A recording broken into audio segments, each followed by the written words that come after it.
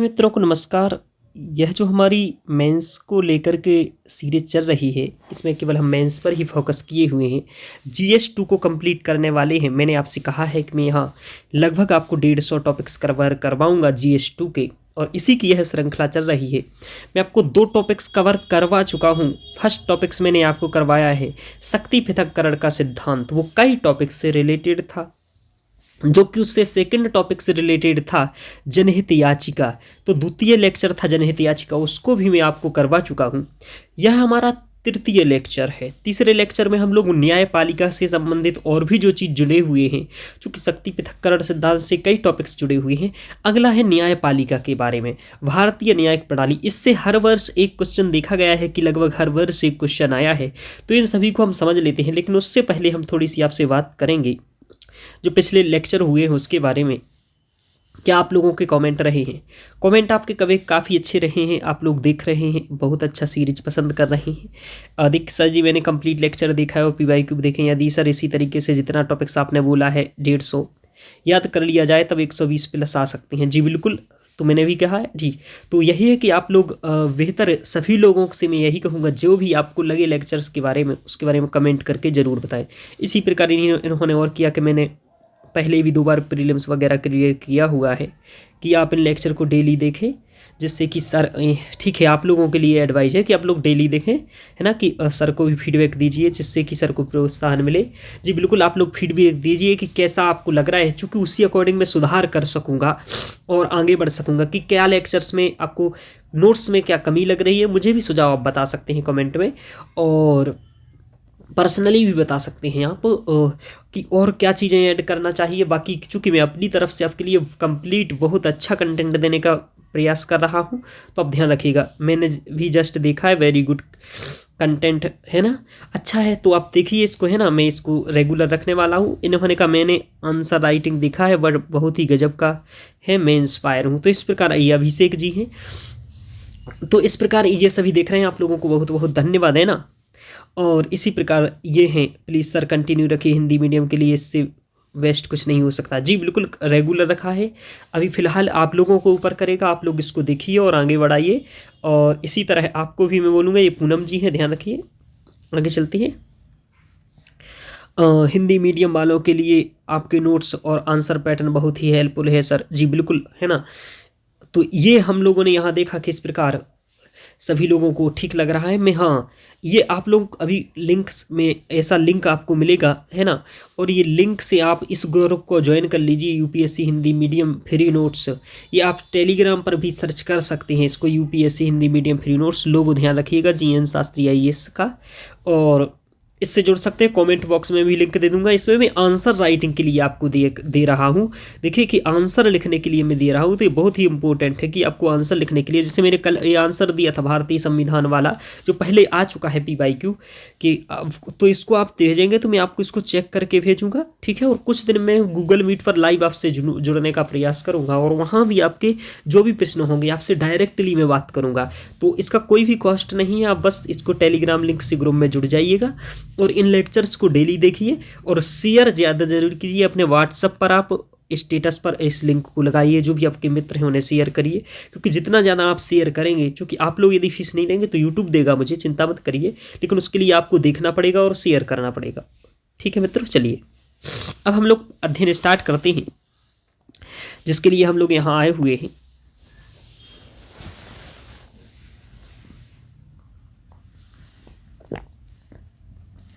इसी के साथ आप सभी को चैनल को सब्सक्राइब तो कर ही लेना है, ठीक है। चलिए आगे चलते हैं, हम लोग शेयर जरूर करना है। अब देखिए हम लोग समझेंगे न्यायपालिका के बारे में,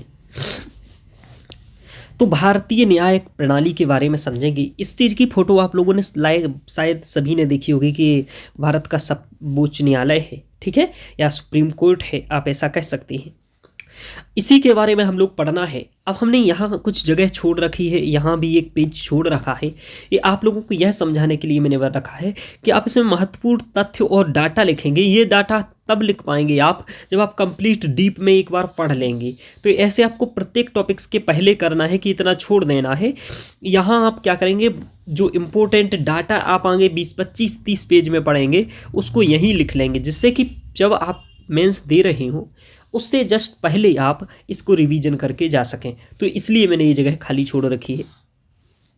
अब सबसे पहले जो मैं आपको कहता हूँ कि आप किसी भी टीचर कितना भी पढ़ा हो कुछ भी हो, आप सिलेबस को आधार लेकर के चलिए। तो आपको क्या करना है, टीचर क्या कर रहा है कैसा कर रहा है, आपको सिलेबस देखना है, आपको सिलेबस कवर होना चाहिए, नोट्स आपको होना चाहिए। चलिए आप देखिए तो इसमें सिलेबस में कहाँ लगा है न्यायपालिका, तो मैं आपको न्यायपालिका के बारे में, क्या सीधा न्यायपालिका लिखा हुआ है कहीं या नहीं लिखा हुआ है, तो थोड़ा सा आपको मालूम होना चाहिए।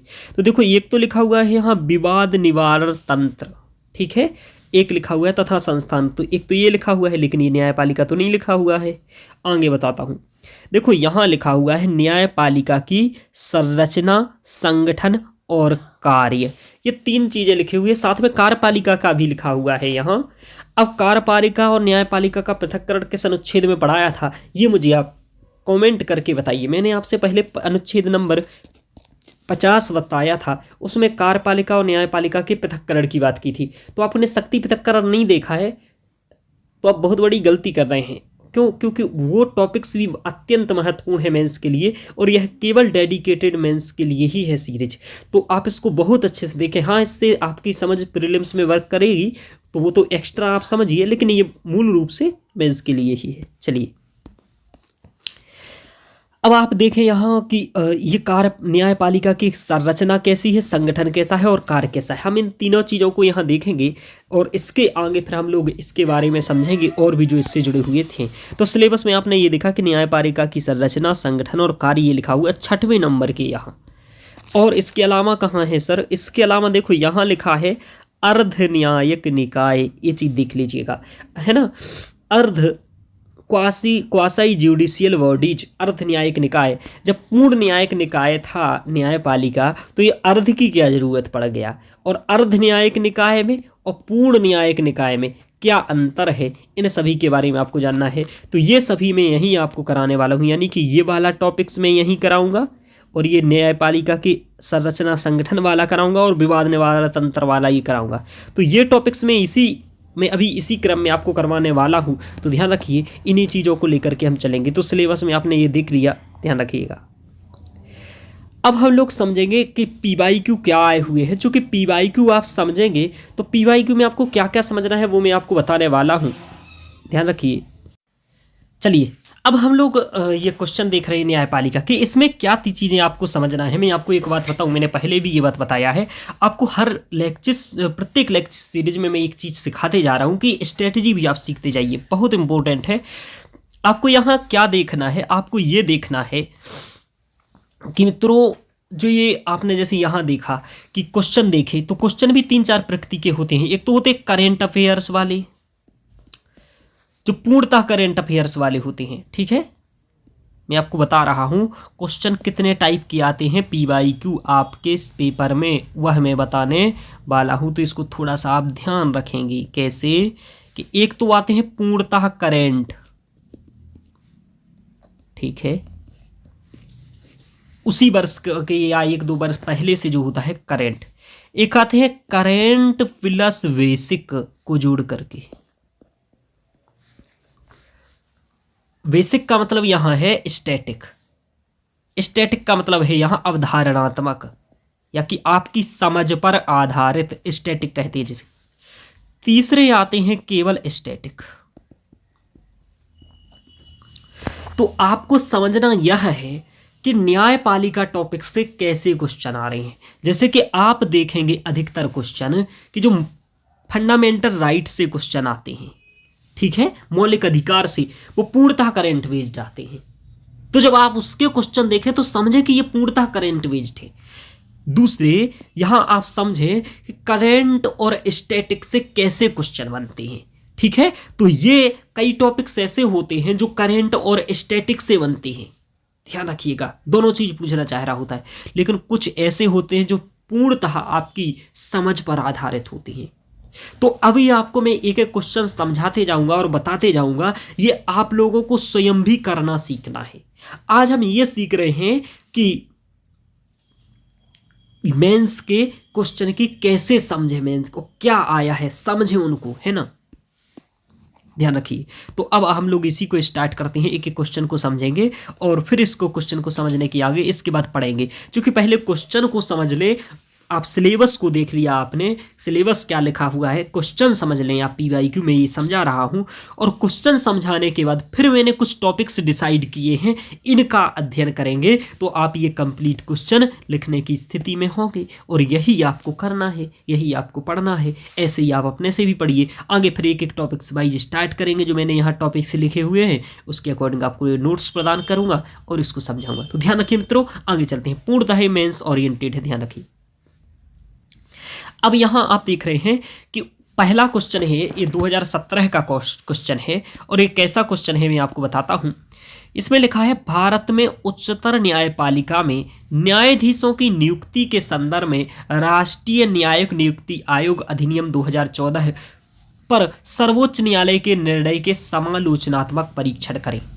हुआ क्या था मित्रों कि चूंकि हमारी न्यायपालिका में क्या है, हमारी न्यायपालिका में नियुक्ति कौन करता है, तो न्यायपालिका ही एक ऐसा अंग है जो स्वयं की नियुक्ति स्वयं करता है, यानी कि कॉलेजियम प्रणाली के आधार पर होती है। यानी कि कॉलेजियम में होते कौन कौन है, जैसे एक कमेटी होती है ना, जैसे आपको कौन आईएएस बनाता है, यूपीएससी संस्था है, वो आपको आईएएस के लिए एग्जाम कंडक्ट करवाती है, फिर उसमें आप अपीयर होते हैं, फिर आप पास होते हैं, आपकी रैंक आती है, फिर आप ट्रेनिंग लेते हैं, फिर आप कुल मिलाकर के सिलेक्ट हो जाते हैं। लेकिन कॉलेजियम प्रणाली में न्यायाधीश ही सम्मिलित होते हैं। और ये आया कहां से है, क्या इसका संविधान में उल्लेख है कॉलेजियम प्रणाली का? नो, नहीं है इसका उल्लेख। इसका विकास कैसे हुआ है? स्वयं न्यायपालिका ने अपने विभिन्न निर्णयों के माध्यम से इसका विकास किया है धीरे धीरे। तो स्वयं किया है। इसमें दिक्कत क्या है इस कॉलेजियम प्रणाली की? सबसे बड़ी दिक्कत यह है इसमें कि इसमें भाई भतीजावाद है। क्या है? भाई भतीजावाद। या फिर आप इसे एक और टर्म से यूज करते हैं, उसको आप यूज करिएगा पेपर में, चाचा अंकल सिंड्रोम। क्या है ना?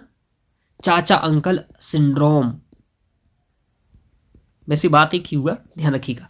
तो ये आप देखते हैं कि भाई ये हमारा ये है, तो कुल मिलाकर के परिवारवाद यहां चलता है। जैसे कि न्यायाधीश का बेटा ही न्यायाधीश बनेगा, न्यायाधीश का मामा ही न्यायाधीश बनेगा, न्यायाधीश का चाचा ही, परिवारवाद है। यानी कि ये अपारदर्शी प्रक्रिया है, अपारदर्शी प्रक्रिया है। तो ये अपारदर्शी प्रक्रिया है, भाई भतीजा व्याप्त है यहाँ, है ना। अजवाबदेह है, किसको चुन रहे हो उसका कोई जवाबदेह नहीं है, तो अजवाबदेह प्रक्रिया है। इस प्रक्रिया अजाब यानी कि इसको जवाबदेह बनाया जा सके, पारदर्शी बनाया जा सके, इसको एक स्वयं नियुक्ति ना करके, चूंकि करप्शन होगा वहां, तानाशाही प्रवृत्ति जन्म ना ले सके, इस चीज को रोकने के लिए सरकार ने 2014 में एक बिल लाया जिसका नाम है राष्ट्रीय न्यायिक नियुक्ति आयोग। एक आयोग का गठन किया। इस आयोग की सिफारिश कई लोगों ने की है कि इस आयोग को बनाया जाए। अभी करंट में भी ये मुद्दा रह रहा है, इसके बारे में बहुत डीप में आगे चर्चा करूंगा, लेकिन क्वेश्चन समझ लो आप लोग मित्रों, कोई नहीं समझाएगा, आप ध्यान रखिएगा। तो राष्ट्रीय न्यायिक नियुक्ति आयोग अधिनियम 2014 है, लेकिन तो ये पारित किया गया था उस समय, किस उद्देश्य थे? न्यायपालिका में पारदर्शी, न्यायपालिका की जो नियुक्ति प्रक्रिया है, न्यायाधीशों की नियुक्ति है, उसमें पारदर्शिता लाने के लिए, है ना, उसमें जवाबदेहिता लाने के लिए, अकाउंटेबिलिटी लाने के लिए, है ना। तो और साथ ही साथ इसमें तानाशाही प्रवृत्ति ना हो सके, इसको रोकने के लिए। लेकिन क्या हुआ कि सर्वोच्च न्यायालय ने क्या किया कि जो मूल ढांचे के तहत यह कहा उसने, इसकी समीक्षा करते हुए, इसको एनजेक कहते हैं, एनजेक, नेशनल जुडिशियल अपॉइंटमेंट कमीशन, ठीक है। तो ये एनजेक को इसने क्या किया? निरस्त कर दिया, असंवैधानिक घोषित कर दिया। बोला कि हमारी अधिकारों का हनन कर रहा है, किसके? न्यायपालिका के, इसलिए इसको समाप्त कर दिया। इसलिए बोला है कि क्या ऐसा समाप्त करना ठीक है? क्योंकि विधान बनाना, कानून बनाना विधायिका का कार्य है, लेकिन यहाँ इसने ऐसा सर्वोच्च न्यायालय कर दिया। तो क्या आपको लगता है कि मूल ढांचे का उल्लंघन है, ये न्यायिक समीक्षा का उल्लंघन है कि जो कानून, ऐसे तो आप किसी भी चीज को बोल दीजिए मेरी शक्ति का उल्लंघन है, वो खत्म कर दीजिए। तो बात यह है कि तुम न्याय की बात करते हो दूसरों के लिए, पहले खुद में तो न्याय कर नहीं रहे हो। आलोचक ये बात कहते हैं कि आप सुझाव देते हो सरकार को कि तुम अपने कार्य या कर्तव्य बेहतर ढंग से निर्वहन नहीं कर रहे हो। तो वस्तुतः आप स्वयं भी अपने पर विचार कीजिए, अर्थात न्यायपालिका स्वयं विचार करिए कि भाई आप भी तो अपना क्या कर रहे हो, कॉलेजियम प्रणाली के आधार पर खुद भी भाई भतीजावाद फैला रहे हो, तो फिर ये क्या है। तो इस संदर्भ में क्वेश्चन आया है, ध्यान रखिएगा कि राष्ट्रीय न्यायिक नियुक्ति आयोग, तो आपको यहाँ ये बताना था कि सबसे पहले ये परिचर्चा करनी थी कि हाल ही में मतलब जब ये क्वेश्चन आया था, अभी क्वेश्चन आएगा तो आप कहेंगे, तो ऐसा कहेंगे हाल ही के दशक में न्यायाधीशों की नियुक्ति की में पारदर्शिता एवं जवाबदेहिता सुनिश्चित करने के उद्देश्य से सरकार राष्ट्रीय न्यायिक नियुक्ति आयोग की स्थापना की परिचर्चा की गई है, जिसकी विभिन्न कमेटी के द्वारा सुझाव भी दिया गया। अब देखो कमेटियों के नाम आपको उस तात्कालिक समय में याद आ जाए तो अच्छा है, वरना ना भी आए तो भी कैसे लिखना है वो मैं बता रहा हूँ। विभिन्न कमेटियों ने इसके सुझाव की परिचर्चा की है। अब आप बताएंगे इसके बारे में आगे कि वस्तुतः वर्तमान समय में कॉलेजियम प्रणाली के आधार पर के सुझाव पर राष्ट्रपति द्वारा न्यायाधीशों की नियुक्ति की जाती है, ठीक है, जो कि विभिन्न समस्याओं से ग्रसित है, जैसे 1, 2, 3, 4, 5, 6, 7, 8, ठीक है, इन्हीं को दूर करने के लिए किया है। फिर आप इस प्रकार से आप इसकी पूरी कथा को बताते हुए और ये आप बताएंगे कि क्या ये सही है इसका संविधान करना, तो आप बताएंगे ठीक है, नहीं गलत है ये, तो गलत के पीछे तर्क देंगे। इस टाइप से आपको इस उत्तर को लिखना है। तो ये क्वेश्चन आया, ठीक है, ये 2017 का क्वेश्चन था। ये करंट अफेयर्स से आप मान सकते हैं, चूंकि 17 में आया और 2014 में यह अधिनियम आया था। आप ये समझो कि देखो आपको पिछले 3-4 साल का करंट अफेयर्स, यानी कि करंट अफेयर्स का मतलब ये नहीं कि हर घटना को याद रखना है, महत्वपूर्ण घटना जो संविधान या जो आपके सिलेबस के अकॉर्डिंग आपको लगता है महत्वपूर्ण है, ये पीवाईक्यू से आप देख करके समझेंगे। तो ये कहाँ से कहते हैं ये टॉपर्स या कोई भी टीचर्स कि आपको 3-4 साल की महत्वपूर्ण बड़ी बड़ी घटनाएं याद रखना है, क्योंकि इन्हीं क्वेश्चन से हम लोग समझते हैं। देख रहे हैं कि 2014 में यह बना है और 2017 में यह आया है, तो ध्यान रखिएगा। आगे हम लोग चलते हैं, आगे हम लोग इसको देखेंगे। आगे देखो, तो ये क्वेश्चन आपको समझ में आया, तो हम लोग ये अभी पढ़ेंगे राष्ट्रीय न्यायिक नियुक्ति आयोग की सिफारिश क्यों की जा रही है, इसके सिफारिश करने के पीछे उद्देश्य क्या है, पारदर्शिता को बढ़ावा देना, जवाबदेहिता को बढ़ावा देना, है ना, इसके समस्याएं क्या है, क्यों इसको नियुक्ति की बात हो रही है, कैसे नियुक्ति होती है, कौन सा अनुच्छेद न्यायाधीशों की नियुक्ति का प्रावधान करता है, इन सभी बातों को आपको जानना चाहिए, और ऐसा जानेंगे तो आप लिख पाएंगे। चलिए इसके बारे में हम लोग आगे अध्ययन करेंगे। क्वेश्चन आप लोग बहुत अच्छे से समझ गए होंगे। चलिए आगे चलते हैं। द्वितीय क्वेश्चन है कि विविधता, समता और समावेशिता सुनिश्चित करने में, ठीक है, विविधता क्योंकि बहुत समानता और समावेशिता सुनिश्चित करने के लिए उच्चतर न्यायपालिका में महिलाओं के प्रतिनिधित्व को बढ़ाने की वांछनीयता पर चर्चा कीजिए। चूंकि अब देखो महिलाओं का प्रतिनिधित्व तो बहुत कम है, और ये सभी को जब भी आप न्यायपालिका पढ़ेंगे सबको मालूम होगा कि आज तक आपको एक तथ्य है कि आप ऐसे ही स्टार्ट कर सकते हैं इसको कि न्यायपालिका के इतिहास में सर्वोच्च न्यायालय की मुख्य न्यायाधीश के पद पर किसी महिला का अभी तक आसन्न न होना इस तथ्य को स्पष्ट करता है कि न्यायपालिका में महिलाओं का प्रतिनिधित्व अत्यधिक अल्प है, जो कि विविधता, समता व समावेशिता के विपरीत है, प्रतिपक्षी है, ठीक है, ऐसा लिख करके आप लिख सकते हैं। आपके पास थोड़ी सी भाषा हो बेहतर और लिखने की स्किल हो, अब जरूरी नहीं है आप हर चीज के लिए आपके पास वो फैक्ट ही हो, ठीक है, आप अनुच्छेद दे करके बात यहां कर सकते हैं उत्तर लिखने के लिए। कैसे? भारतीय संविधान में आर्टिकल 124 से 147 के मध्य सर्वोच्च न्यायालय के संबंध में प्रावधान किए गए हैं। वस्तुतः यह सर्वोच्च न्यायालय हमारे यहां न्यायिक निर्णय की सर्वोच्च संस्था के रूप में है। हालांकि इस संस्था की आलोचनात्मक पक्ष यह है कि इसमें महिलाओं का प्रतिनिधित्व अभी भी अपूर्ण है, जो कि लोकतांत्रिक आदर्श को प्रस्तुत नहीं करता है। तो ये शब्द देखेगा व्यक्ति, लोकतांत्रिक आदर्श, समझ में आ रहा, इससे वो समझेगा कि आप कैसे क्वालिटी वाले का है। सर्वोच्च न्यायिक निकाय, इस टाइप से आप बात करते हैं सर्वोच्च न्यायिक निकाय क्या है हमारे यहाँ, न्यायपालिका।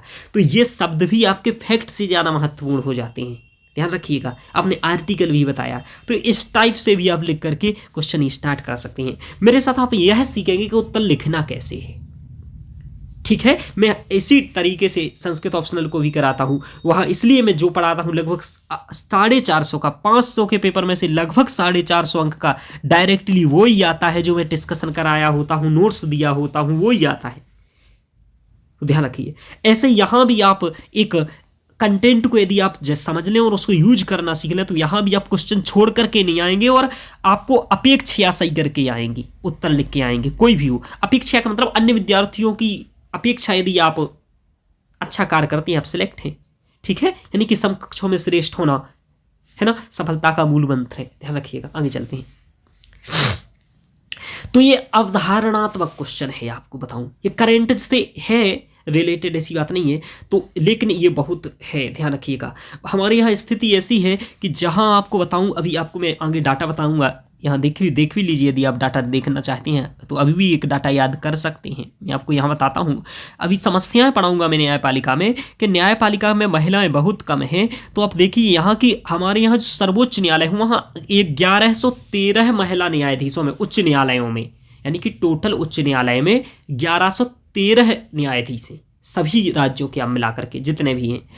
उसके बाद उनमें से केवल मात्र 80 महिलाएं ही हैं, और अनुसूचित जाति की तो भाई केवल 2 महिलाएं हैं। तो आप देख रहे हैं, मतलब महिलाओं का प्रतिनिधित्व अपेक्षित नहीं है, ध्यान रखिएगा। और ये लैंगिक असमानता को दिखाता है, ध्यान रखिए, ठीक है।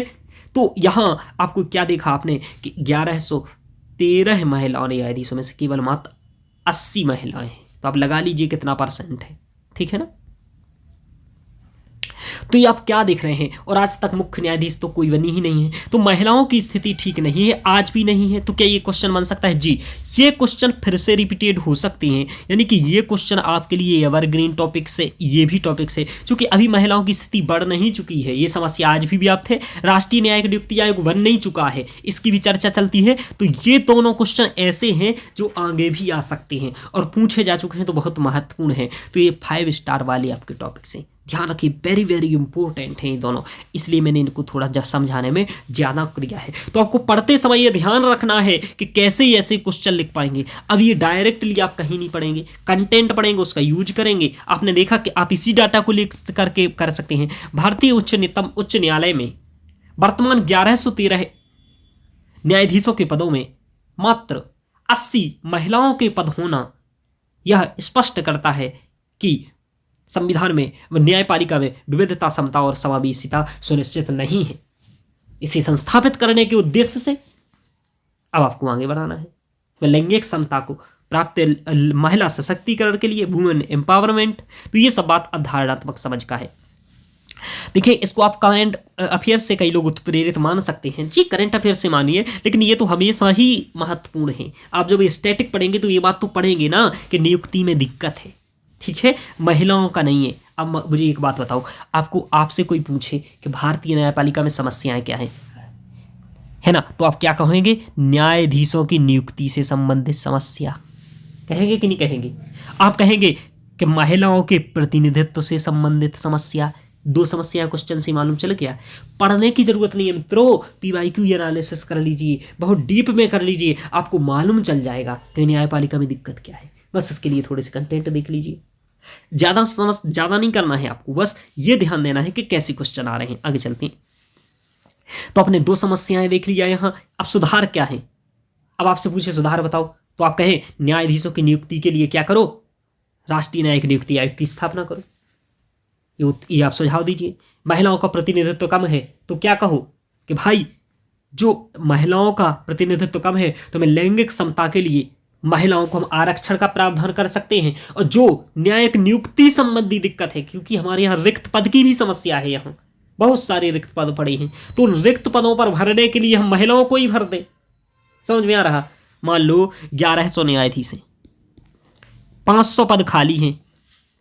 अरे 500 में से आप 300 महिलाएं ही भर दो, ठीक है, केवल महिलाओं के लिए वैकेंसी निकाल दो और 200 पुरुषों की नहीं निकाल दो, तो एक बार में खत्म। लैंगिक समता स्थापित। कितना अच्छा उपाय है, आइए आपको आगे देना है। भाई तुम इतने दिन से तो भेदभाव करते आ रहे हो महिलाओं से, पिछले 2000 साल से, तो कम से कम एक बार दे दो आरक्षण, एक बार में सीधा खत्म हो जाए। ध्यान रखिए। जब, और आप इसके लिए तर्क भी दे सकते हैं कि जैसे हमने संसद में 33% आरक्षण का प्रावधान कर दिया है, बसता है, इसी तरीके का हम 33% का इधर भी कर दें। भाई एक निकाय में हो सकता है, सर्वोच्च निकाय में, जो विधि निर्मात्री सर्वोच्च संस्था है, तो भाई न्यायिक सर्वोच्च संस्था है, उसमें क्यों नहीं? तर्क भी है आपके पास। तो ऐसे तर्क देकर को आपको बात करनी है, हवाई फायर नहीं करना है। बोले जब संसद में हो सकता है तो भाई न्यायपालिका में भी हो सकता है महिलाओं के लिए आरक्षण। समझ में आ रहा? ध्यान रखिएगा। आगे चलते हैं। तो आपको महिला आरक्षण की बात कर सकते हैं आप, और सीटें भरने की बात कर सकते हैं। सीटें भरेगी, महिलाओं को आरक्षण मिल जाएगा, तो बेरोजगारी भी कम होगी, इससे इकोनॉमी को भी जोड़ दीजिए। बस यही एनालिसिस आपसे पूछता है, यदि यही एनालिसिस की एबिलिटी आपके अंदर है, फिर देखिए। हाँ, अब हम लोग इसके बारे में बात समझते हैं। तीसरे नंबर का ये क्वेश्चन आया 2022 में। अब आप लोग कहेंगे सर बहुत पुराने क्वेश्चन लाए हैं। देखो नहीं लाए हैं, 2021 का क्वेश्चन डिस्कशन किया, 2017 का किया है। ठीक है, पिछले 10 साल के क्वेश्चन डिस्कशन करना कोई ज़्यादा पुराना नहीं है। इससे आपको समझ आती है कि न्यायपालिका में समस्याएं क्या हैं। आपको लग रहा होगा, आप आज सुन रहे होंगे कि न्यायिक नियुक्ति आयोग, तो आपको लग रहा होगा अरे बाप रे, ये तो अभी आ रहा। अरे भाई ये बहुत दिन से चर्चा में चल रहा, पिछले 10 साल से चल रहा है, तो ये बहुत इंपॉर्टेंट है, ध्यान रखो।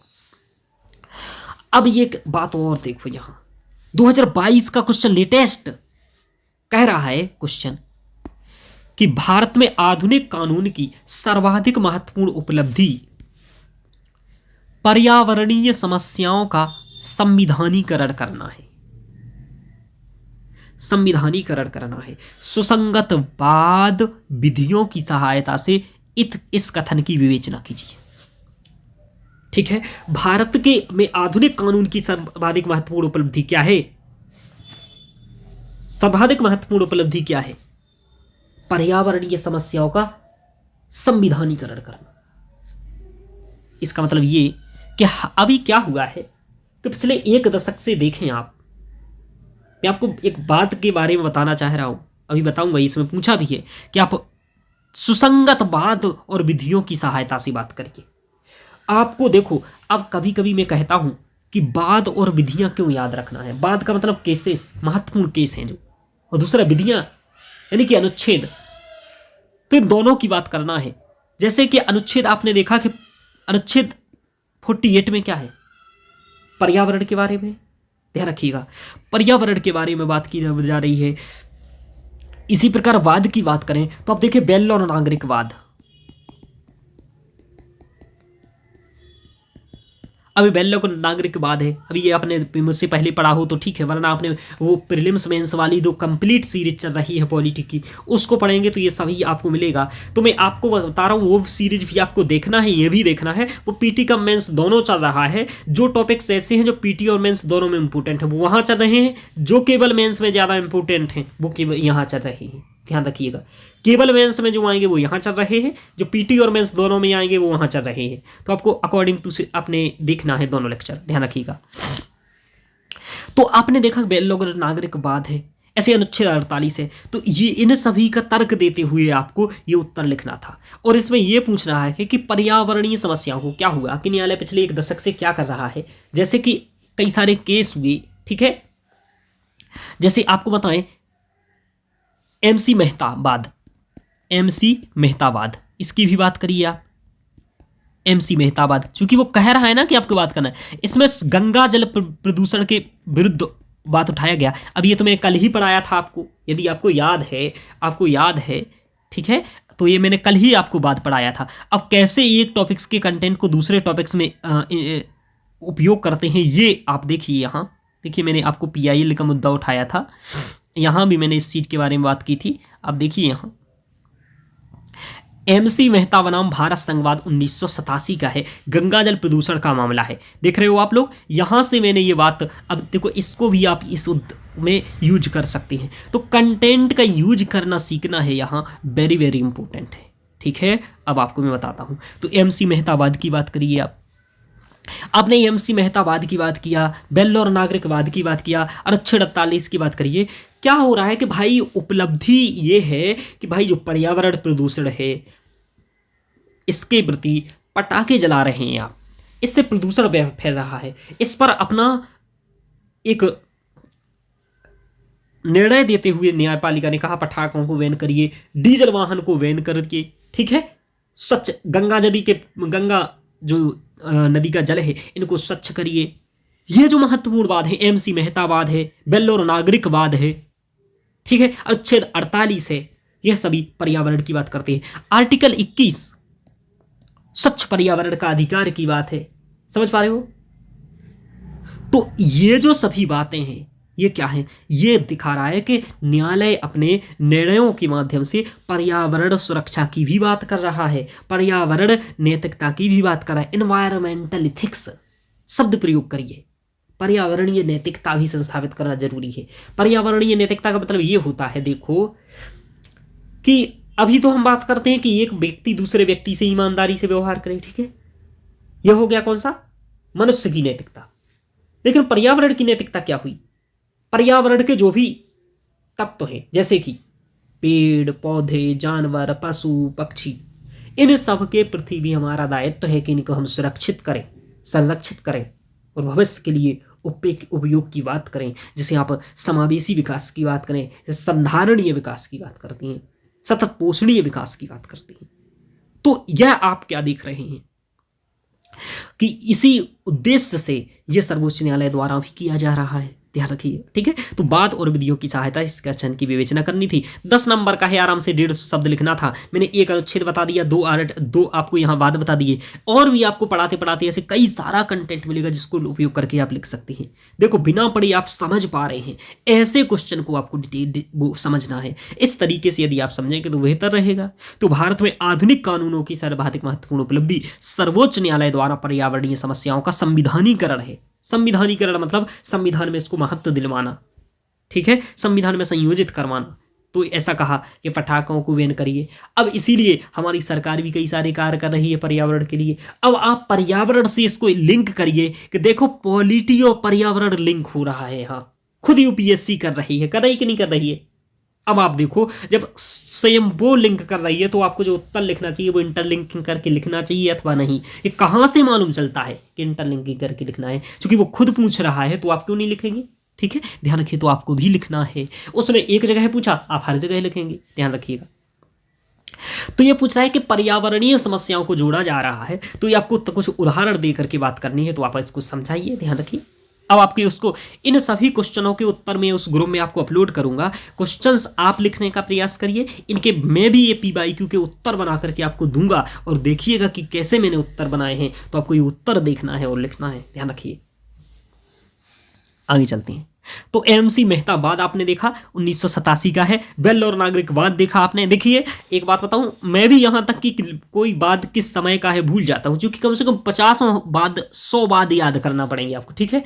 तो जरूरी नहीं है आप डेट सहित याद रखें, ठीक है ना, डेट जरूरी नहीं है। यहाँ एमसी मेहतावाद में आपको क्या बात कहा था वो याद होना चाहिए। बेल और नागरिकवाद में क्या बात कहा था वो बात होनी चाहिए। पुट्टा स्वामीवाद में क्या बात हुआ था, मेनका गांधीवाद में क्या बात हुआ, सब गोलकनाथवाद में क्या हुआ, राजनारायणवाद में क्या हुआ, ठीक है। अब तो इस प्रकार के आपको बाद का नाम भी याद रहता है ना, तो भी काफी है। डेटें याद करना, न्यायाधीश नहीं बन रहे हो यहाँ, इतना उल्लेख दे रहे हो ये बहुत है। और ये कोई को असलियत में याद नहीं रहता है पेपर तक। हाँ, महत्वपूर्ण बात याद रहते हैं कि ये इस समय हुआ है, जैसे केशवानंद भारती कब हुआ है, मेनका गांधी कब हुआ है, ठीक है। इस टाइप के इंपॉर्टेंट बात के साथ तो डेट भी याद रहेगी। मिनर्वा मिल्सवाद कब हुआ है, ये सब डेट रहेगी आपको याद। लेकिन हर बाद की डेट याद करना ज़्यादा ठीक नहीं है। जैसे अनुराधा भसीनवाद हुआ, अब 2018 का है ये, तो कुछ याद रह जाए तो ठीक है, नहीं रहे तो कोई ज़्यादा दिक्कत नहीं है। अनुराधा भसीनवाद में कहा क्या है ये आपको मालूम होना चाहिए। तो कम से कम 100 के करीब बाद आपको याद रखना है। 100 के कहाँ से मिलेंगे ये सब बात सरवाद, मैं पढ़ाते पढ़ाते आपको ये देते जाऊंगा, आप इसकी लिस्ट बनाते जाइएगा, ठीक है। कि आप एक लिस्ट बना लीजिए महत्वपूर्ण बाद, और मैं जैसे देते जाऊंगा आप अपना उधर लिखते जाइएगा कि सर इस बात में ये कहा, इस बात में ये कहा। तो आपको इसको ध्यान रखना है। आप सर एक साथ लिस्ट ही दे दीजिए, भाई ये लिस्ट एक साथ किसी के पास नहीं होती है, ठीक है। और लिस्ट होती है तो बहुत भयानक होती है। अपन को केवल वही वाद चाहिए जो यहाँ रिलेवेंट है, ठीक है, उसी को मैं आपको करवा रहा हूँ। यदि आपको कंप्लीट वाद की वो चाहिए तो गूगल पर एक बार सर्च करिएगा 2018 में दिए गए सर्वोच्च न्यायालय द्वारा वाद, तो आपके पास 700 पेज की PDF आ जाएगी, ठीक है। तो फिर उसको आप समझ नहीं पाएंगे, इतनी अच्छी भाषा लिखी रहती है उसमें, ठीक है। तो आप इससे अच्छा है कि जितना जरूरत है उतना पढ़ते जाइए। आगे चलते हैं। तो ये आपने देखा कि ये वाला क्वेश्चन समझाइए 2022 का क्वेश्चन है, 2021 के क्वेश्चन है। चूंकि अब देखो पर्यावरण पर सभी लोग, अब देखो अभी मैंने एक शब्द बोला था आपसे, इन्वायरमेंटल इथिक्स। इथिक्स शब्द किसी भी चीज के साथ जोड़ सकता है, ये बात आप जान लीजिए। इथिक्स का मतलब हो जाता है धर्म। इथिक्स का यदि आपको कहें तो असलियत में जो धर्म को समझती है ना, मैं आपको पढ़ाता हूं धर्म अर्थ काम मोक्ष, जब चारों पुरुषार्थ की बात संस्कृत ऑप्शनल में करता हूं, मैं धर्म को बताता हूं आपको कि धर्म का मतलब होता है नैतिकता या फिर नैतिक मूल्य, जैसे कि सत्यनिष्ठा। तो संवैधानिक नैतिकता कि संविधान में जो नैतिक बातें कही जा रही हैं, जैसे समता, बंधुता, ठीक है, विधि का शासन, रूल ऑफ लॉ, ठीक है, ये सभी संवैधानिक नैतिकता के पहलू हैं। पंथ निरपेक्षता, ठीक है, तो ये सभी क्या है, संवैधानिक नैतिकता है। तो आपसे पूछ रहा है, अब देखो ये क्वेश्चन आपको क्या दिखा, करेंट अवधारणा। वैसे करंट ओरिएंटेड है, लेकिन आप पहले से यदि जैसे मैं पढ़ा रहा हूं, अब मैं करंट तो नहीं पढ़ा रहा हूं ना आपकी, मैं आपको ये करंट के साथ आपको स्टैटिक भी पढ़ा रहा हूं, तो आप करंट और स्टैटिक से मिला करके ये क्वेश्चन है, ठीक है। इस क्वेश्चन को आप कहेंगे करंट प्लस स्टैटिक के महत्वपूर्ण उपलब्धि। अब इसको करंट कैसे कहोगे, करंट कह दूंगा, करंट में क्यों नहीं कह रहा हूं इसको, इसलिए चूंकि अब भाई ये बात मुझे बताइए कि एक साल में तो पर्यावरणीय समस्याओं पर वो ध्यान नहीं दे रहा, वो तो 10 सालों से बात बताते जा रहा है, कई सालों से बात कर रहा है, तो उसको करंट में आपका 20 साल का करंट पढ़ोगे नहीं। आपको तो भाई जब पेपर पढ़ना है, जब आपको तैयार करना है सिलेबस, तभी आपको पिछले 10-20 साल की टीचर पढ़ाए, ठीक है। 10-20 साल में क्या डेवलपमेंट हुआ है उस चीज से संबंधित, जिसे कहते हैं किसी भी टॉपिक्स की पृष्ठभूमि, क्या कहते हैं, हिस्टोरिकल बैकग्राउंड इंग्लिश में, है ना। ऐतिहासिक आधार क्या है इसका, ऐतिहासिक पृष्ठभूमि क्या है, वो तो आपको समझानी पड़ेगी, तो वो आपको समझना पड़ेगी, ध्यान रखिएगा। तो ये क्वेश्चन आप अवधारणात्मक मान सकते हैं, करेंट से उत्प्रेरित मान सकते हैं कि उससे प्रेरित है, लेकिन अवधारणात्मक समझ है तो ये भी आप लिख पाएंगे। चलिए, इसको अभी आप तो ये नहीं लिख पाएंगे, अभी जब मैं पढ़ाऊंगा तो आपको बताऊंगा। संवैधानिक नैतिकता आपको मालूम चल गया कि संविधान की नैतिकता। अब देखो ये क्वेश्चन बना, संवैधानिकता नैतिकता की जड़। ये क्वेश्चन में क्या लिखा है, तो क्या सीखे और क्या समझे। इस क्वेश्चन से आप क्या सीखे कि आपको न्यायालय के बाद याद रखने हैं, सीखे कि नहीं सीखे, क्योंकि आपसे बाद पूछेगा और विधियां पूछेगा। अनुच्छेद भी याद रखना है। कुछ कहते हैं यहाँ तो भाई सर अनुच्छेद की जरूरत नहीं है, इस मूर्खता में मत पड़ जाइएगा। कई टीचरों के मुंह से मैंने बड़े बड़े से सुना है कि अनुच्छेद की जरूरत नहीं है। अरे भाई अनुच्छेद सब लिखते हैं तो तुम्हें क्यों जरूरत नहीं है भाई, ठीक है ना। ऐसा नहीं है भाई, अनुच्छेद की भी जरूरत है, महत्वपूर्ण आर्टिकल की जरूरत है। मैं ये नहीं कह रहा हूं 395 अनुच्छेद याद कर लीजिए, नहीं, इसमें से कम 50-60 अनुच्छेद ऐसे हैं जो इंपोर्टेंट आपको याद करना ही पड़ेंगे, ठीक है। मैं ये कहूंगा कि शुरुआत के 1 से लेकर के महत्वपूर्ण 50 तक याद कर लीजिए, उसके बाद आप 50 के आगे 50 याद कर लीजिए। 100 आर्टिकल के करीब आपको मालूम होना चाहिए। और जितने भी आप टॉपर्स की कॉपी देखो ना एक बार, इंग्लिश मीडियम के टॉपर की, हिंदी मीडियम की नहीं, और जो टॉप रैंक 1, 2, 3 आ रहे हैं, या फिर जिसके नंबर 130-40 के करीब आए हैं प्रत्येक जीएस में, आप ये ढूंढिए कि किसके इतने नंबर आए हैं। मेरे पास तो लिस्ट है कि किसके कितना आए हैं, हर वर्ष की एक लिस्ट होती है, कई सारे कोचिंग संस्थान बनाते हैं, तो उसमें से अपन वो डाउनलोड कर लेते हैं, ठीक है ना। आप लोग भी डाउनलोड कर सकते हैं ऐसी लिस्ट कि किस टॉपर्स के 130 नंबर आए हैं GS2 में, GS4 में 130 आए हैं, GS3 में 120 आए हैं। उन्हीं सभी की कॉपीज देख करके एनालिसिस करके मैं आपको पढ़ा रहा हूं। तो मित्रों ये आपने देखा, ये क्वेश्चन देखा, आगे चलते हैं। तो संवैधानिक नैतिकता, अब देखो आगे, तो इस क्वेश्चन से आपको यह समझ जाना था कि संवैधानिक नैतिकता की जड़ संविधान में ही निहित है, इसके तात्विक फलकों पर आधारित है, कि संवैधानिक नैतिकता संविधान के तात्विक फलकों पर आधारित है। तो कहां दिखती है संवैधानिक नैतिकता, आपको मूल अधिकार, ये बात तो आपको पढ़ना है, जो मैं पढ़ा चुका हूं वहां ये क्वेश्चन में बता चुका हूं, आंसर भी इसका लिखा चुका हूं, कहां, जहां मैंने अब वो सीरीज चलाई है वहां, उसको भी यहां मैं कवर कराऊंगा, इसको भी ध्यान रखिए, लेकिन मैं वहां भी पढ़ा चुका हूं, ये ध्यान रखिए। संवैधानिक नैतिकता के सिद्धांत की प्रासंगिक न्यायिक निर्णयों, देखो क्या कह रहा है, प्रासंगिक न्यायिक निर्णयों की सहायता से विवेचना कीजिए। इसका मतलब ये मित्रों कि आपको प्रासंगिक जो महत्वपूर्ण न्यायिक निर्णय आए हैं, सभी की नहीं कह रहा है, केवल किसकी कह रहा है? प्रासंगिक न्यायिक निर्णयों की बात कर रहा है। किसकी कर रहा है? प्रासंगिक न्यायिक निर्णयों की सहायता से विवेचना करनी है। इसका मतलब ये कि जो भी महत्वपूर्ण बात हो उनको याद करना है आपको, ठीक है। तो ये भी आपको यहाँ बता रहा है। तो मैं ये बता रहा हूँ कि बाद क्यों आपको जरूरी है, इस क्वेश्चन से आपको ये सीखना है। बाकी मैंने क्वेश्चन ये आपको पढ़ाया है, वो सीरीज चल रही है प्री कम मेंस के लिए, जिसमें मैं लेक्चर 10 के करीब अपलोड कर चुका हूँ अभी, और भी आगे अपलोड कर रहा हूँ। चलिए, ये 2021 का क्वेश्चन है। तो कैसे, अभी ये न्यायपालिका से कैसे रिलेट है? रिलेट कुछ नहीं है, ये आपको ये सिखा रहा है कि प्रासंगिक न्यायिक निर्णय आपसे पूछे जाएंगे, तो वो ध्यान रखना है। तो ये बात समझनी है, क्या सीखें और क्या समझें और कैसे प्रकृति आ रही है। ये भी एक अवधारणात्मक क्वेश्चन है, आपको कोई नहीं पढ़ाएगा ये डायरेक्टली, आपको अवधारणा यदि आपने समझा संविधान का तब ये है। तो कुछ लोग कहते हैं केवल करंट से आती हैं, ये लोग करंट में कोई नहीं पढ़ाता है आपको। करंट में कैसे चीज़ें पढ़ाते हैं वो भी मैं आपको बता दूंगा। सभी लोग आपको करंट में पढ़ाएंगे समान नागरिक संहिता, ठीक है, दल बदल विरोधी कानून, आदर्श आचार संहिता, लेकिन संवैधानिक नैतिकता कोई करंट में नहीं पढ़ाएगा आपको, ध्यान रखिएगा बात। आगे चलते हैं, मैं यहाँ करंट के मुद्दे भी शामिल करूंगा, मतलब अगले ही 2-3 दिन में एक आध 2 मुद्दे ऐसे लाऊंगा जो न्यायपालिका से रिलेटेड होंगे। जैसे कि अभी इसी की बात चल रही है, अखिल भारतीय न्यायिक सेवा की बात चल रही है, इसी की चल रही है बात अभी, जो आपका न्यायिक नियुक्ति आयोग की बात चल रही है। तो इन सभी के बारे में मैं भी आपके पास यहाँ लाऊंगा, ठीक है, ध्यान रखिएगा। एडीआर की बात चल रही है, वैकल्पिक विवाद निवारण तंत्र की बात चल रही है, ई कोर्ट की बात चल रही है, लाइव स्ट्रीमिंग की बात चल रही है, लिम्स क्या है इसके बारे में बताऊंगा आपको, ठीक है। तो ये सभी चीज़ें आपको बताऊंगा, ई कोर्ट क्या होता है, लाइव स्ट्रीमिंग क्या होता है, तो ये सब आपको समझने के लिए लेक्चर देखना पड़ेगा आगे। चलिए, तो संवैधानिक रूप से न्यायिक स्वतंत्रता की गारंटी लोकतंत्र की पूर्व शर्त है। 2023 का क्वेश्चन देखो, 2023 का क्वेश्चन 50 साल पहले का नहीं, इसी साल का। देखो, संवैधानिक रूप से न्यायिक स्वतंत्रता की गारंटी लोकतंत्र की पूर्व शर्त है कि किसी को लोकतंत्र चाहिए, यदि हम चाहते हैं कि हमारे यहां लोकतंत्र हो, तो सभी को पहले न्यायिक स्वतंत्रता हो। न्यायिक स्वतंत्रता का मतलब आप ऐसे समझ सकते हैं, आपको वाक व अभिव्यक्ति की स्वतंत्रता है, इसके तहत आप क्या करते हैं, कोई भी ठीक चीज बोल सकते हैं, ठीक है। तो ये आप बोल सकते हैं, अपने विचार को प्रकट कर सकते हैं, संगठन बना सकते हैं विचारों को प्रकट करने के लिए। ऐसे ही न्यायिक स्वतंत्रता है। क्या है न्यायिक स्वतंत्रता?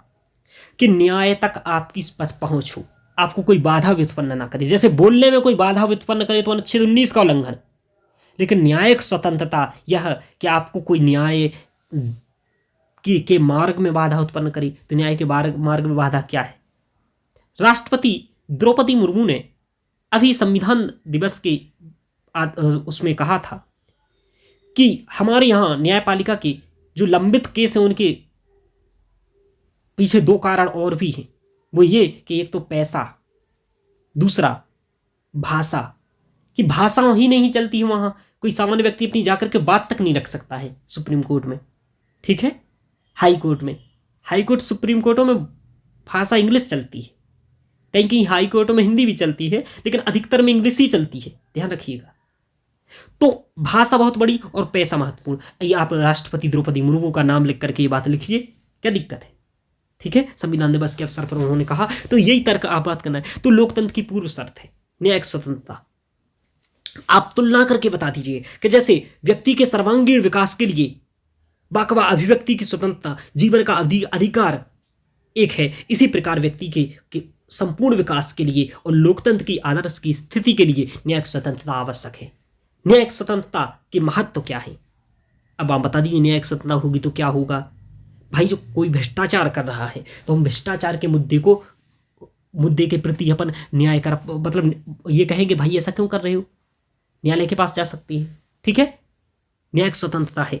आप न्यायिक स्वतंत्रता को और कैसे कहें भाई? कोई महिलाओं के अधिकारों का उत्पीड़न कर रहा है। मैंने आपको बताया था विशाखा गाइडलाइन के बारे में, मतलब बताया था कि नहीं बताया था? विशाखा गाइडलाइन जब जारी की गई तो वहां एक महिला वकील ने न्यायिक याचिका लाई, ठीक है, और बताया कि शोषण हो रहा है महिलाओं का। तो ऐसे आप किसी का भी शोषण देखेंगे तो उसके प्रति बात को उठा पाएंगे और न्यायालय जा पाएंगे। आज क्या होता है, आपको लगता है अरे भाई न्यायालय भी ले जाऊंगा तो वो क्या कर लेगा, वहां भी तो पैसे वालों की चलती है, ठीक है, 20 साल निकल जाएगा। तो इसका मतलब ये कि हमारे यहाँ न्यायिक स्वतंत्रता का बात ही, न्यायिक स्वतंत्रता होनी चाहिए व्यवहारिक स्थिति में। तो यही पूछ रहा है 2023 के क्वेश्चन में। ऐसे क्वेश्चन अप्लाइड क्वेश्चन कहलाते हैं कि संवैधानिक रूप से न्यायिक स्वतंत्रता की गारंटी लोकतंत्र की पूर्व शर्त है। अब आपको कुछ क्वेश्चन यहाँ कुछ वाद को डालने का प्रयास करिए, जैसे कि निजता की स्वतंत्रता है पुट्टा स्वामीवाद, इसी प्रकार न्यायिक स्वतंत्रता की बात होनी चाहिए, ठीक है। तो ये आपको वाद यहां लिखने हैं और साथ में ही इस बात को भी स्थापित करना कि लोकतंत्र की पूर्व शर्त है। अच्छा, लोकतंत्र होता क्या, ये भी आपको थोड़ा सा बताना है। तो ये सब मैं पहले बता चुका हूं आपको पढ़ाते समय, ध्यान रखिए। ये 2023 का क्वेश्चन है। अब इसको क्या कह दोगे, कौन कहेगा इसको करंट, मुझे ये बताइए। आप मानने को तैयार हो कि करंट है, और कोई पढ़ाएगा क्या ये कि न्यायिक स्वतंत्रता संविधान लोकतंत्र की पूर्व शर्त। ये तो एक कथन है भाई, उसने कथन कह के भी दिया है कि कथन है। टिप्पणी करो इस पर, कमेंट। अब आपको सभी का अलग अलग होगा, लेकिन जिसका बेहतर उत्तर होगा वो अच्छे से लिखेगा। एक डायग्राम बनाइए। यहाँ कैसे बनाओगे, डायग्राम बना बहुत आसान है। आप कुछ भी यहाँ लिख दीजिए न्यायिक स्वतंत्रता, ठीक है। आप इधर लिखिए लोकतंत्र, न्यायिक स्वतंत्रता होगी, है ना, व्यक्ति का सर्वांगीण विकास होगा, है ना, और व्यक्ति का सर्वांगीण विकास होगा वो, है ना, अनैतिक कृत्य के प्रति बात उठा पाएगा, अनैतिक कृत्य के प्रति मुद्दा को उठा पाएगा, और इससे लोकतंत्र की स्थापना होगी। बस ऐसा आप डायग्राम बना दीजिए। इंट्रो लिखने के बाद आपको एक नंबर एक्स्ट्रा कुछ मिल जाएगा।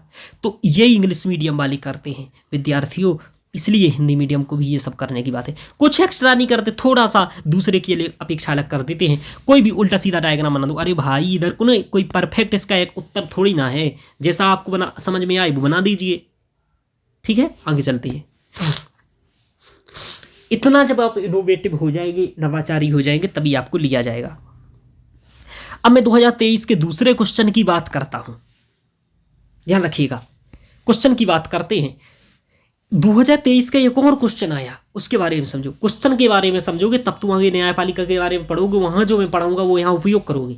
उत्तर कैसे लिखोगे, ये डायरेक्टली तो कोई पढ़ाएगा नहीं, आपको तो पढ़ाया जाता है अनुच्छेद 142 में ये है, अनुच्छेद इसमें ये है, लेकिन भाई ये तो तब आप कर पाओगे जब आप वहां पढ़ पाओगे बहुत डिटेल से न्यायपालिका। प्रासंगिक संवैधानिक प्रावधानों, निर्णय और विधियों की मदद से लैंगिक न्याय के संवैधानिक परिप्रेक्ष्य की व्याख्या कीजिए। देखो, आपको जो मैंने 2023 का क्वेश्चन है, इससे पहले एक हमने आपको क्वेश्चन बताया लैंगिक न्याय की बात कर रहा है, वहां हमने पढ़ाया कि महिलाओं का प्रतिनिधित्व।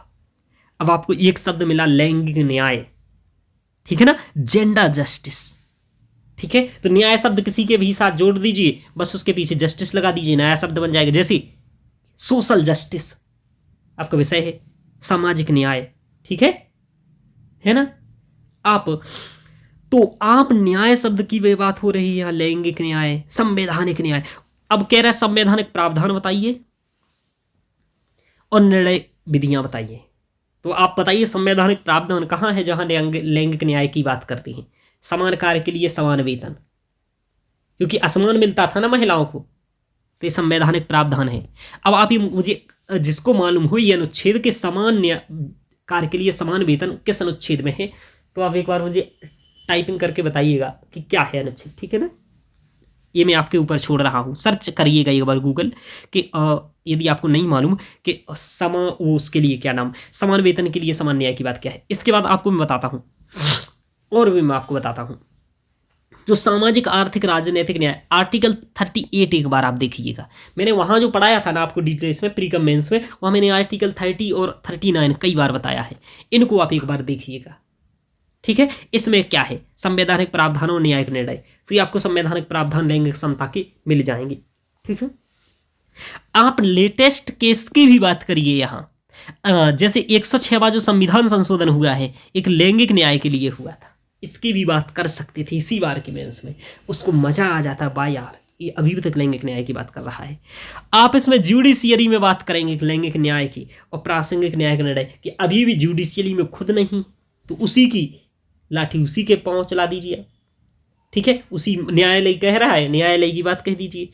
तो संवैधानिक प्रावधान, न्यायिक निर्णय आपने बता दिए। तो इन अनुच्छेदों की बात करते हुए साथ में आप ये बात करेंगे कि हमारे कैसे लैंगिक निर्णय अभी की बात की जा रही है असलियत में संविधान में भी, लेकिन हमारे यहाँ है नहीं न्यायिक निर्णय, और इसको प्राप्ति के लिए क्या करना चाहिए वो भी आप बताइए, क्या सरकार कर रही है वो भी आप बता दीजिए।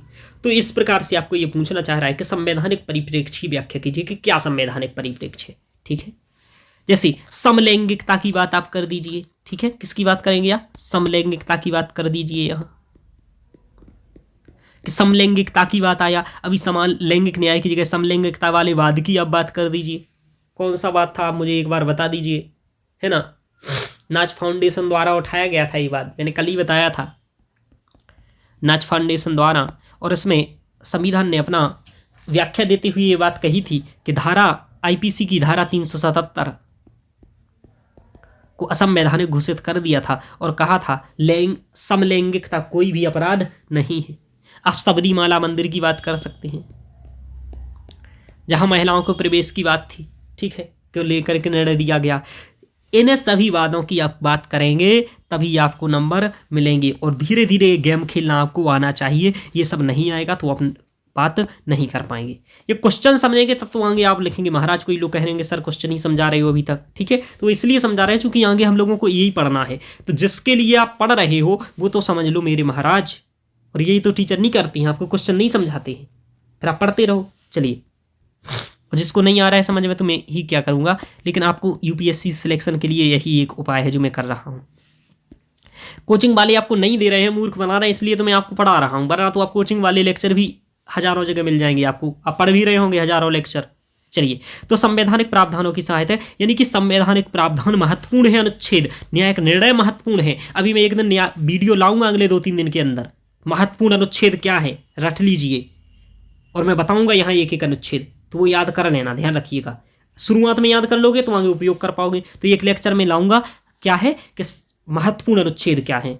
जब मैं ये कंप्लीट सीरीज का पढ़ा दूंगा उसके बाद में खुद एक लिस्ट बना करके यहाँ लाऊंगा आपके लिए कि महत्वपूर्ण वाद कौन कौन से हैं, तो वो वाद भी बता दूंगा मैं आपको, ध्यान रखिएगा। तो लेकिन ये आप अपनी तरफ से भी करने का प्रयास करिए, आप स्वयं अनुच्छेद लिख लीजिए, ठीक है, आप स्वयं वादों को लिखिए। तो ये आप भी करेंगे, मैं भी कराऊंगा, आप करेंगे तो ज़्यादा फायदा होगा आपको। बाकी मैं तो कराऊंगा ही, चूंकि मेरा तो ये पेशा ही है। आगे चलते हैं, आगे का क्वेश्चन समझते हैं। 2020 का क्वेश्चन, ये भी अवधारणात्मक समझ का क्वेश्चन है। मैं आपको बता रहा हूँ अवधारणात्मक का समझ का है, और ये क्वेश्चन अच्छे अच्छे टीचरों को है। एक बार आप गूगल पर सर्च करिएगा ये क्वेश्चन और देखिएगा कि ये क्वेश्चन समझाया किसने है आपको, हिंदी मीडियम में खासकर। इंग्लिश मीडियम में तो एक आध वीडियो मिल भी जाएगा आपको, ठीक है, कि किसने समझाया है आपको सही से। ये बात अब समझ नहीं पाएंगे इस क्वेश्चन को ही। कह रहा है कि हाल के समय में भारत और यूके की न्यायिक व्यवस्थाएं अभिसरणीय एवं अपसरणीय होती प्रतीत हो रही हैं। दोनों की न्यायिक प्रणालियों के आलोक में अभिसरण और अपसरण के मुख्य बिंदुओं को आलोकित कीजिए। आलोकित कीजिए शब्द देखो आप, है ना। आलोकित का मतलब होता है हाईलाइट, है ना, तो हाईलाइट करना है की पॉइंट, ध्यान रखिएगा। अब सबसे बड़ी बात यह है कि पूछ किस किस देश के लिए रहा। ये देखो आपको बताऊं, ये क्वेश्चन 2 यूनिट को मिला करके है, ये आपको मालूम हो तो। एक आपकी यूनिट नंबर जो लगी हुई है, आप एक बार सिलेबस में भी दिखा देता हूं।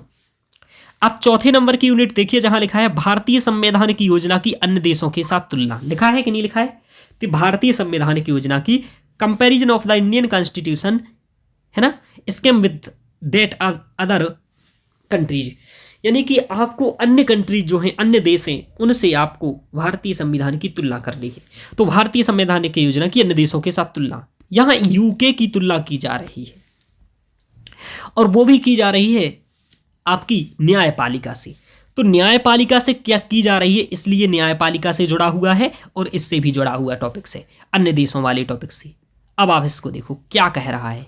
कह रहा है कि दोनों अभिसरण और अपसरण होती प्रतीत हो रही हैं, कंटिन्यूअस, टेंस है यहाँ, यानी कि दोनों हो रही हैं। इसका मतलब ये कि कुछ कुछ मामलों में भारतीय न्यायपालिका ऐसा ऐसा ऐसा एक डायग्राम बना सकती हैं आप इसमें, ऐसा देखो।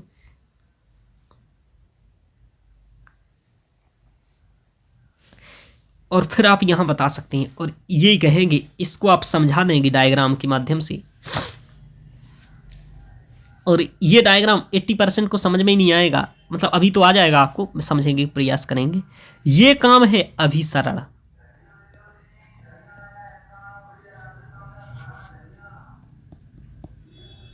और ये काम है अपसरण। इसका मतलब ये देखो, आप क्या समझ रहे हैं, ये काम है आपका अभिसरण, ये डायग्राम में ये वाला जो दिख रहा है आपको, ठीक है। और ये वाला जो यहां वाला ये है अपसरण। इसका मतलब ये कि कुछ प्रावधानों के मामले में भारतीय और वहां की न्यायपालिका के मध्य में दूरी कम हो रही है। आपने प्लेटें भी पढ़ी होंगी भूगोल में, है ना, कि अभिसारी और अपसारी, ठीक है, अभिसारी और अपसारी प्लेटें। चलिए, तो जो पास में आती हैं और दूर जाती हैं, तो कुछ मामलों में हमारे जो संवैधानिक प्रावधान है वो दूर जा रहे हैं और कुछ में पास हैं। जैसे कि आपको यहां में उदाहरण, न्यायिक समीक्षा का जो मुद्दा है वो देखेंगे कि आपकी वहां की न्यायपालिका भी न्यायिक समीक्षा के दायरे को बढ़ा रही है। और धीरे धीरे कई ऐसे कानून हैं जो मैं आपको भी लिख करके दूंगा नोट्स में, जो कानून के मामले में दोनों न्यायपालिकाओं के प्रावधान एक जैसे दिखाई दे रहे हैं। जैसे न्यायपालिका में के प्रति सक्रियता, न्यायिक सक्रियता के मामले में दोनों पास आ गए हैं। पहले नहीं था, वहां भी भारत में भी न्यायिक सक्रियता पहले नहीं था शुरुआत में, ठीक है, लेकिन अब ज्यादा बढ़ गया है, वहां भी बढ़ गया है। तो ये कहेंगे अभिसरण हो गया है। तो ये की पॉइंट आपको करना था। अपसरण यानी कि कई मामलों में बहुत दूर है, जैसे कि हमारे यहां असमानता क्या है कुल मिलाकर के, अपसरण का मतलब असमानताएं क्या है। तो अभी भी हमारे यहां असमानता ये है कि हमारे यहां मूल ढांचे का प्रावधान है, हमारे यहां संवैधानिक सर्वोच्चता है, वहां संसदीय सर्वोच्चता है। समझ पा रहे हो, हमारे यहां संवैधानिक सर्वोच्चता, वहां संसदीय सर्वोच्चता।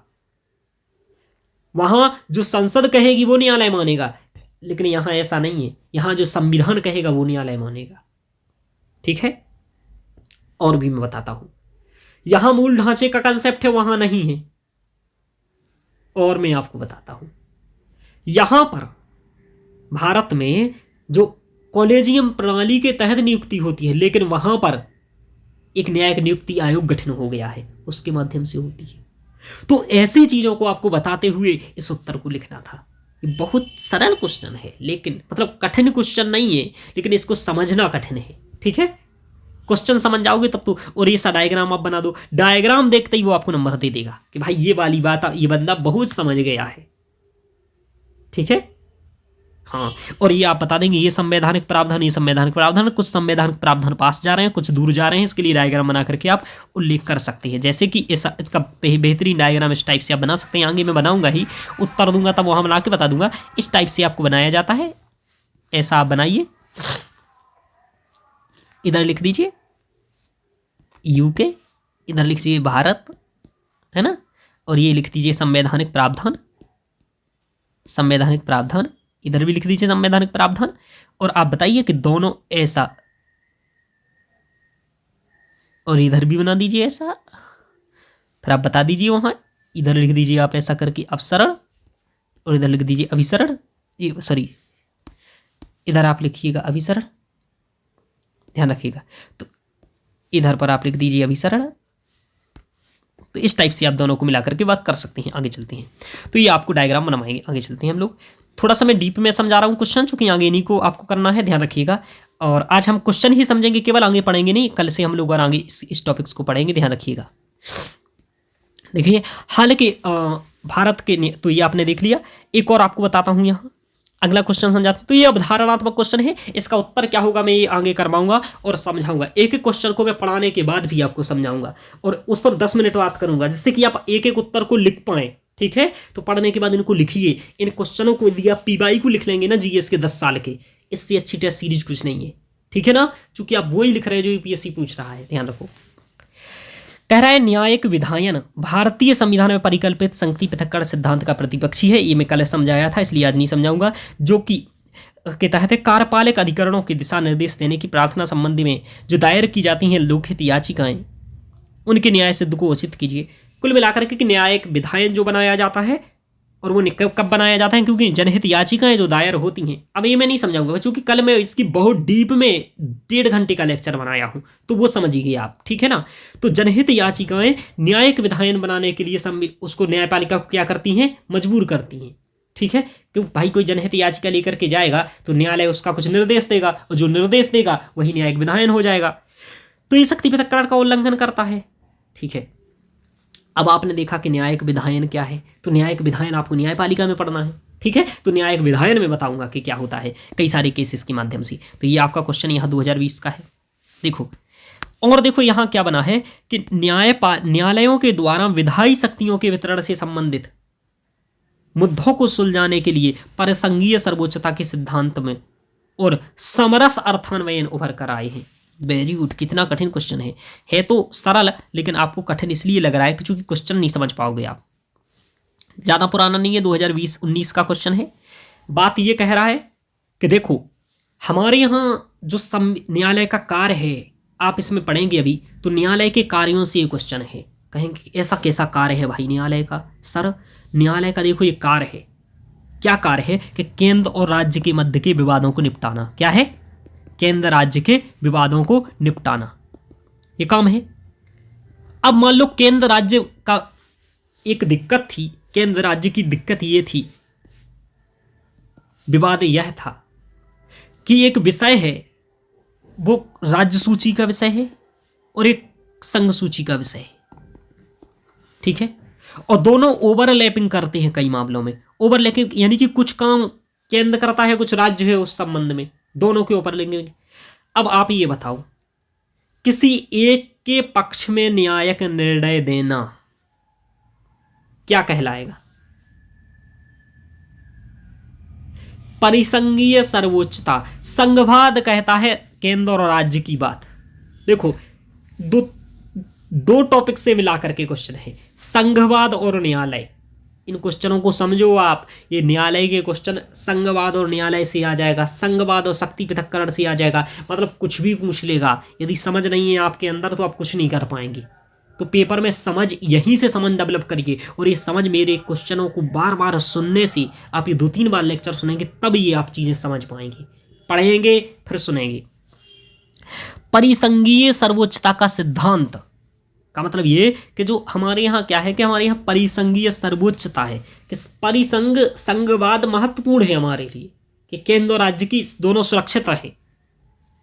और समरस अर्थान्वयन उभर कर आए हैं, कि समरस अर्थान्वयन दोनों बातें आई हैं कि सर्वोच्च क्या है, परिसंघीय सर्वोच्चता क्या है।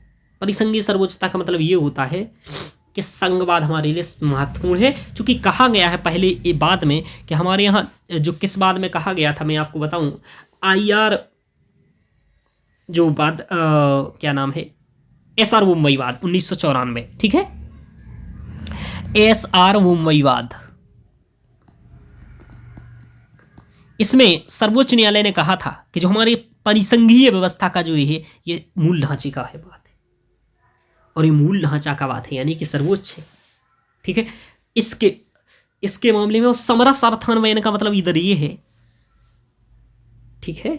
समरस अर्थान्वयन का मतलब ये कि आपको इसको कहते हैं हार्मोनियस कंस्ट्रक्शन। का मतलब ये कि हमें ऐसा निर्णय देना है, न्यायालय को केंद्र राज्य के मामले में ऐसा निर्णय देना चाहिए कि दोनों की मूल भावनाएं सुरक्षित बनी रहें, या फिर मिलजुल करके काम हो सके। यानी कि कन्फ्लिक्ट, यानी कि विवाद तो उत्पन्न हो रहा है, लेकिन सामंजस्य स्थापित करना है। ऐसा निर्णय देना है कि दोनों के बीच सामंजस्य स्थापित हो जाए और कार्य कर सके आगे। जैसे जब हमारा पहला संविधान संशोधन हुआ, उसमें यही किया गया। वहीं से समरस अर्थान्वयन का पहला केस आया, और वहां निर्णय ये दिया गया कि मूल अधिकारों में उल्लंघन, मूल अधिकारों का संशोधन और संवैधानिक संशोधन। यानी कि मूल अधिकारों में क्या संशोधन कर सकते हैं DPSP को लागू करने के लिए, या फिर संविधान संशोधन कर रहे हैं तब, तो वहां पहले वाद में ही शंकरी प्रसाद वाद में यह निर्णय दिया गया 1951 में कि देखो हमारे मौलिक अधिकार भी महत्वपूर्ण हैं और संविधान संशोधन भी महत्वपूर्ण है, इसलिए दोनों के संतुलन स्थापित करने के लिए, संतुलन स्थापित करते हुए हम संवैधानिक संशोधन कर सकेंगे। तो ये सब बातें ये दिखाती हैं कि दोनों चीजों को मिलाकर के, यानी कि सामंजस्य स्थापित करना, किसी भी कानून के मध्य में, किसी भी विवाद में सामंजस्य स्थापित करना ही समरस अर्थान्वयन है। ठीक है, तो ऐसे कई सारे निर्णय दिए गए हैं जिसमें समरस अर्थान्वयन की बात आई है। वो कौन कौन से निर्णय हैं इनकी आगे मैं बात करूंगा, उत्तर लिख के दूंगा, तो ये आपको ध्यान रखना है। तो ये क्वेश्चन पूछा कि ऐसे कौन कौन सी बात हैं, तो देखो व्यवहारिक हैं, यानी कि बात आपके लिए बहुत इंपॉर्टेंट है, आर्टिकल आपके लिए बहुत इंपॉर्टेंट है, दूसरा संघ परिसंघ सभी मुद्दे समझना इंपॉर्टेंट है। आगे चलते हैं।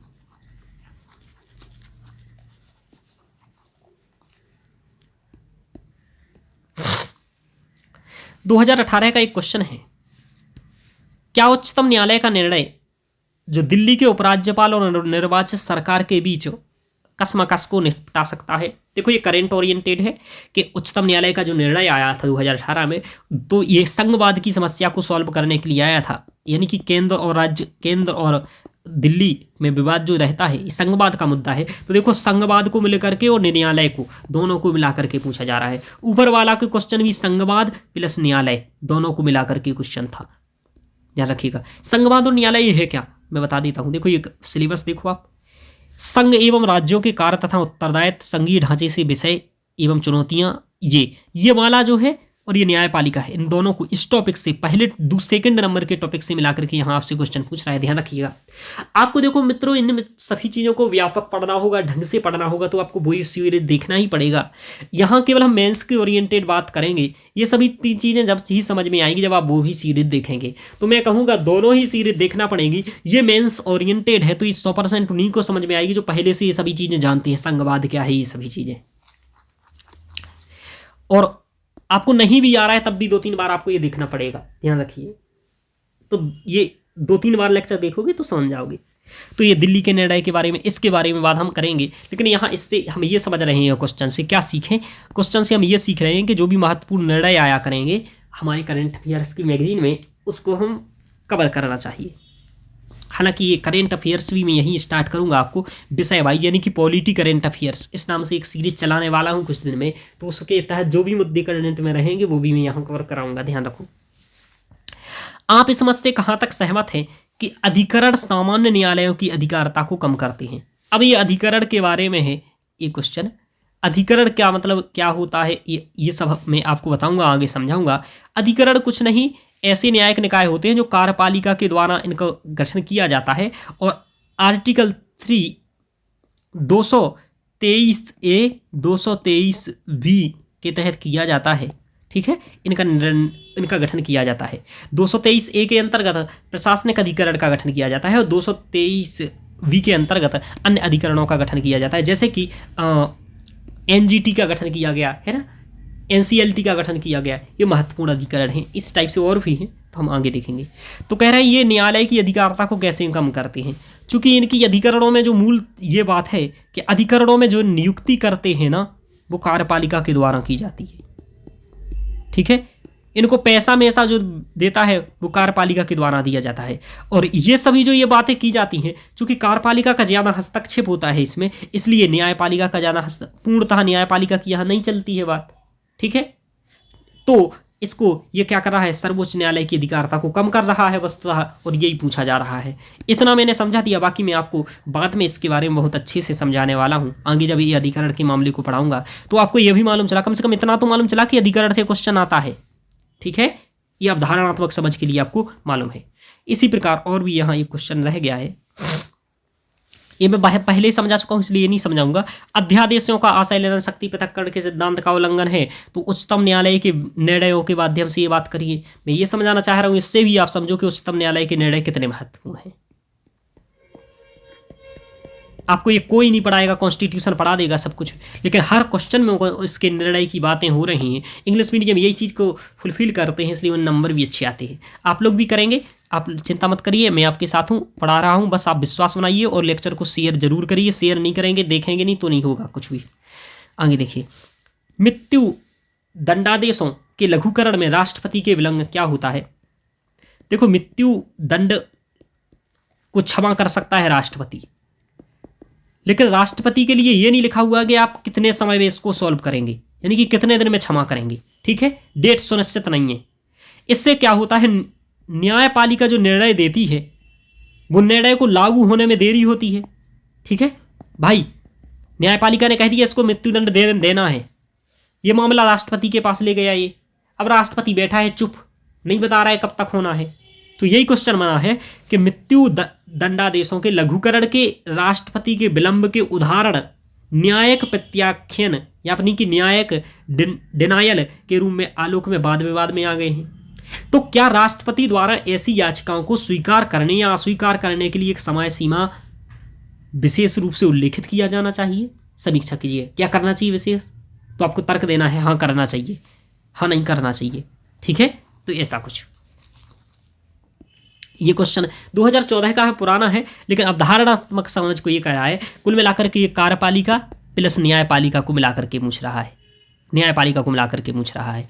तो ये आप लोगों ने यहाँ क्वेश्चन को समझा।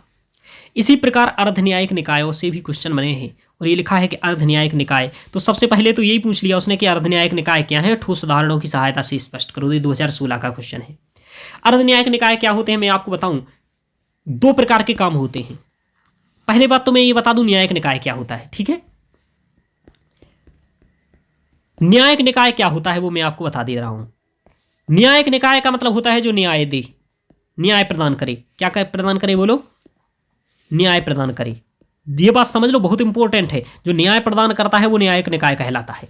ठीक है, अब न्याय दो मामले होते हैं न्याय के। कितने मामले होते हैं, दो।